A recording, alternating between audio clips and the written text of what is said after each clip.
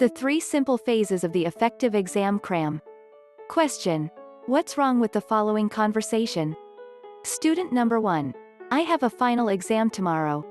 Student number 2. Bummer. How are you going to study? Student number 1. I dunno.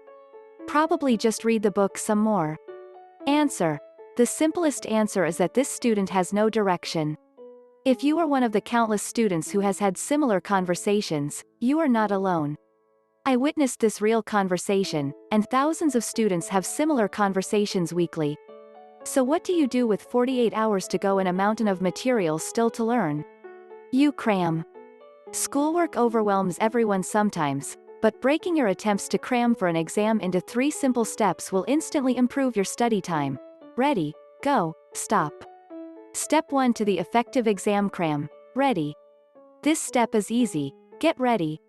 Make sure you have all that you need to study for at least 50 minutes. We recommend a 50/10 study. Break rhythm until you've covered all your ground. This includes a good pen or pencil, a good college-ruled notepad, your books, your notes. If you've been taking good notes, you may not even need your book for an effective exam cram.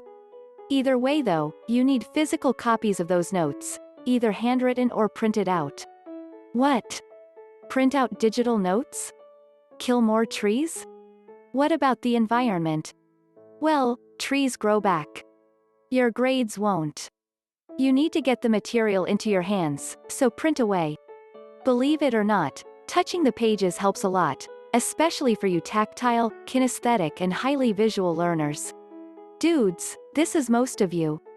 Also, turn off all electronic and social media, no Facebook, no Twitter, and TiVo The Walking Dead. You can feed your nightmares after you ace your exam. Step 2 of the effective exam cram. Go. Just go. Quit wasting time. Just do it. Do what? Make a study guide. Use your notes, record the big ideas and the key details, and don't be shy about taking up space. Use that pencil and paper. You'll get extra kinesthetic benefits if you write with your hand rather than just your keyboard.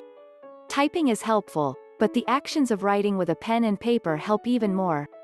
Make charts, illustrations, arrows, color-coded graphs, or anything else to connect ideas. Connect as many ideas as possible in as many ways as possible. Here's the big idea to this portion of an effective exam cram. Make a study guide, and make it as quickly as you can without ignoring the important ideas you need to learn. Remember to review each page as you finish it. Mark any ideas which aren't crystal clear in the margin, and go over them again after the study guide is done. Once it's done, quiz yourself on each topic and see how much you know. Mark what you don't know, keep moving. This is by far the best way to have an effective exam cram by yourself. A modified version of this for a group cramming session can be helpful too. Step 3 to the effective exam cram. Stop.